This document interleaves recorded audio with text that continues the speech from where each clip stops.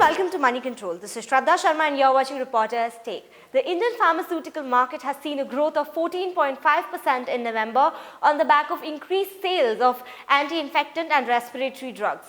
To know the reason for this growth, joining us is Money Control's Vishwanath. Hi Vishwanath, welcome to the show. Hi, Shraddha. So what is the reason for this increase in November? Also, does it have anything to do with the increase, pollution and the air quality deterioration after Diwali? Yeah, well, Shraddha, I mean, if you look at the 14.5% growth in November, that's the highest in the last 32 months. Okay. So already this year has been, FY20 has been a very good year in terms of domestic formulation sales. November has been even more impressive. Right. So there is definitely a play of both the extended monsoon and also the post-Diwali air quality deterioration that we have seen in most parts of India.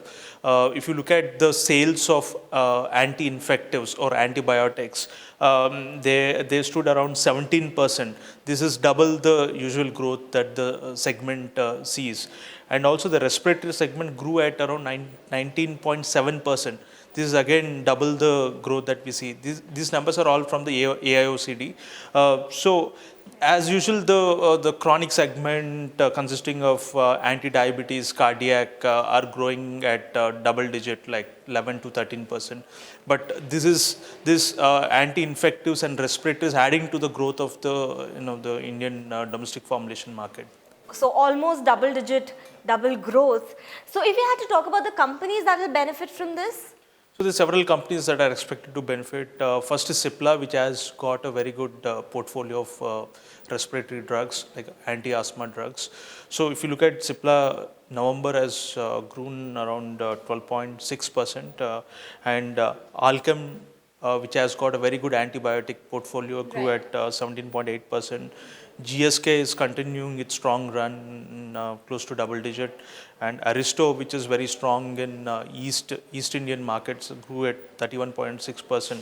So all in all, this shows, and some of the brands like Augmentin or Clavam of Alchem, Augmentin of GSK, they're all seeing good double-digit growth rates. So overall, it's been a very good year. I mean, FY20 so far has been a good year for Indian pharma companies. All right, so this is almost the 32-month high is what you were saying.